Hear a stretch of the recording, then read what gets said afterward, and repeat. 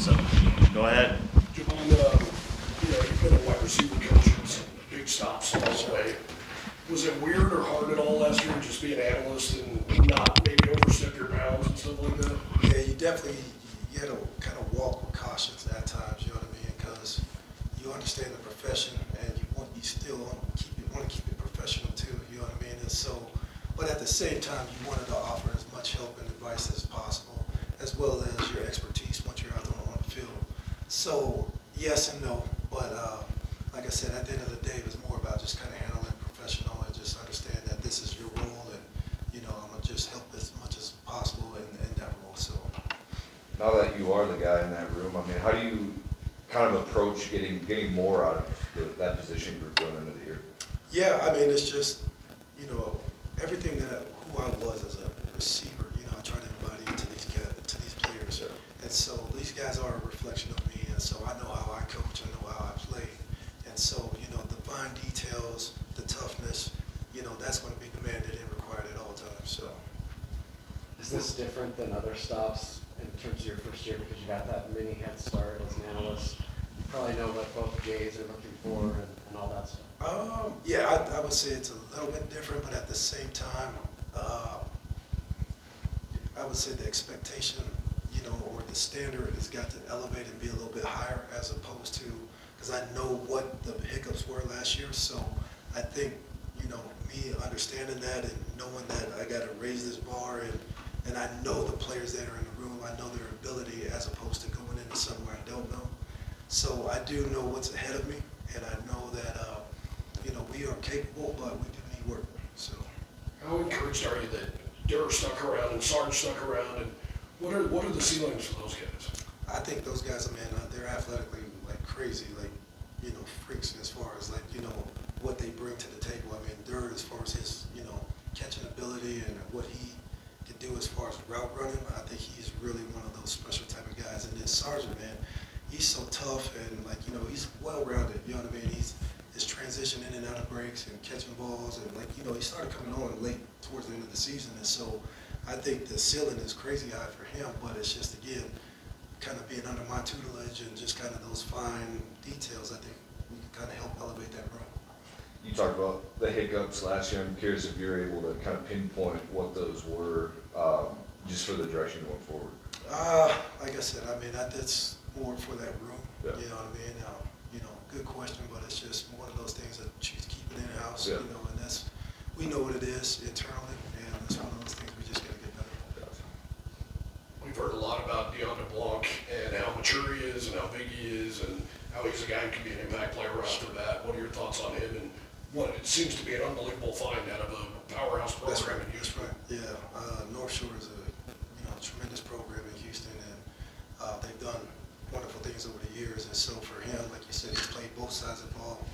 They rave about him in that area too. So he's a guy with speed. He's a guy with grit and toughness, and he comes in. He's already kind of polished a little bit. I mean, the kid's benching something crazy right now. You know what I mean? So his strength numbers are out of this world. So for him to come in at a early time like this, get him in spring, and start that developmental process, and like I said, the way he attacks it and approaches it right now, he's already a professional with that. So I think it's just more just about the learning curve. So. Curious what your excitement level was like, just being able to have the opportunity to obviously come back to Laramie in the first place, and then now to be able to stay here and help this wide receiver room. Yeah, it's funny. We had a conversation with the whole offensive unit and had an opportunity to speak with those guys. But I mean, this Wyoming thing is cemented in me right now. You know what I mean? It runs through my veins, and obviously, anytime I can come back here, I mean, I'm gonna be thrilled. You know what I mean? It's because there's just so much more that you want to get back to this program. So I'm excited. What are your thoughts on Jackson Holman? He seems to have all the physical tools. Maybe he just didn't get in the rotation in Arizona or whatever. Yeah, the one thing I seen about him when it stuck out to me the most on film is that he's got that big body size, and he reminded me of another receiver I had that was at Oregon named Juwan Johnson, who's now a tight end for the Saints right now. But he chose to kind of go that direction. But Juwan, he played for Penn State, and then he transferred over to Oregon. But he was a big body that was very, very twitchy within the 10-yard radius, and could obviously separate just because of that natural quickness. And so Jackson has a lot of that within that short 10-yard intermediate space. He can separate, he can make you miss, or you kind of turn you around and stuff like that. So he's got that short turn or that short space ability to make you, do some things. And then he's also got that big frame where those contested catches, he's going to actually help us down the field. So.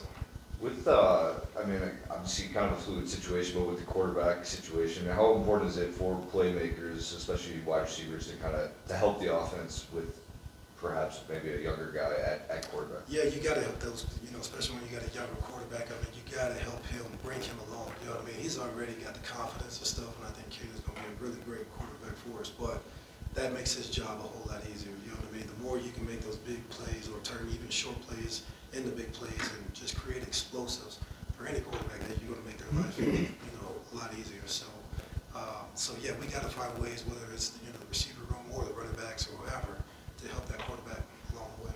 Coach, you already talked about Holman. You also bring in another transfer in Richardson. Yep. How hungry are these guys that are looking for an opportunity? I'm just curious what you think about the hunger. Yeah, and it's always, it's funny, like dealing with the portal sometimes, it's easy to take a guy that, has had success before, and then, but when you're talking about guys who, have the potential and have the ability, but haven't really found that success, they got a chip on their shoulder. And so you love to work with those guys just because from a developmental space, they want to learn, and they're so inquisitive, and they're always in your face asking questions, and that's what you want. And so that's what those guys have been doing here lately, and it's been great. How much different is the game since obviously you played with the transfer portal and NIL? I mean, how do you kind of adapt to the current landscape of the sport? Yeah, you gotta, it's forever evolving piece, man. You gotta continue to adapt, and that's what it is. And,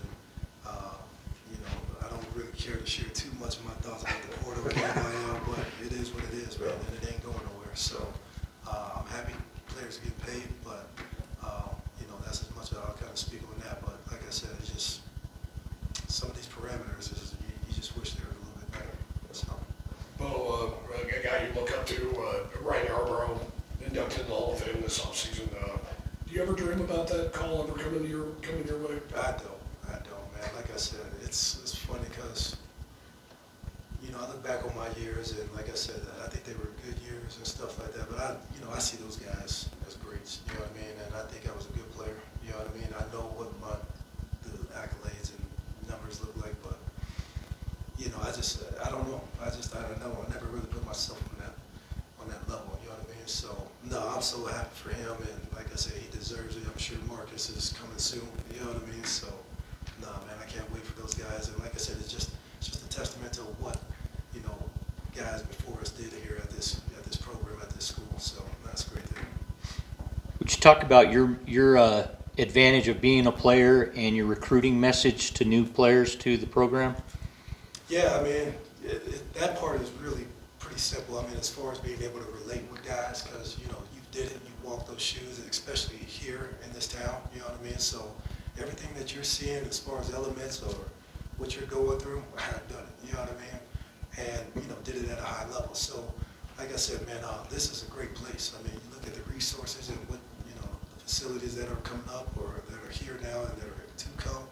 I mean, you guys have it really, really good. And so, the people in this community, they believe in you. The people that within the program, the administration, they all believe in you, because otherwise you wouldn't have this. So, this is a great place to be. So, What discipline have you attained through your careers post being a Pope that you can convey to the player today?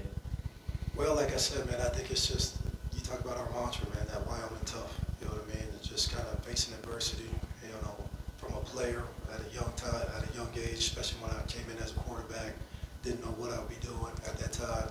And then just, you talk about some of those years when we weren't the most successful winning on the field, and then obviously capturing a bowl title in my junior year. So I've seen those tough times, and you know what I mean, and I've been around that culture that's been very tough. So I know what it looks like, and like I said, I just try to pour into these young players as much as I can. What's your first impression of Donnell Kirkwood? And obviously the goal is to balance this offense with your receivers and his running backs. My first impression, he's a little pit bull, I think.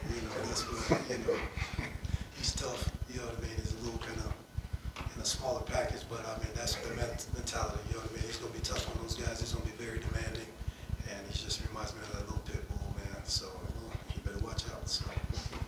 Is the room aware of what you've accomplished here, do you think? And does that help them listen to you more? I think, you know, maybe, but I try not to remind them, Kevin, as much as possible. Like I said, when we were talking today for the new guys, you know, Coach Johnson brought me up here and he reminded them, and I'm just like, you know, Don't do that. so are they aware? Yes, probably, but, you know, to what degree, I don't know. And it doesn't matter to me. I just wondered if they'd listen a little more, knowing what you've done.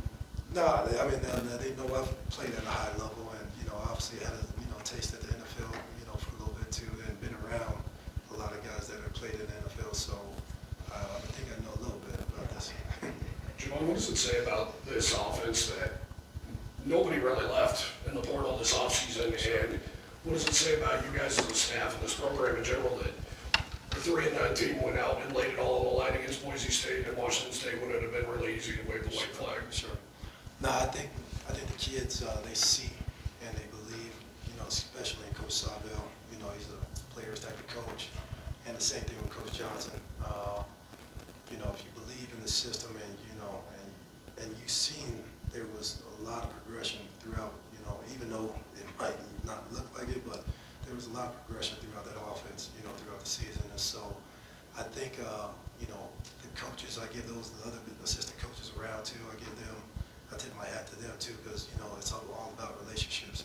You know, you form these relationships, and the fact that you can keep so many of those guys, I mean, that's a testament to them. So, but I think it's more about these kids just understanding and believing in that head coach and what he's, you know, he's trending in the right direction, or what direction we're going. So.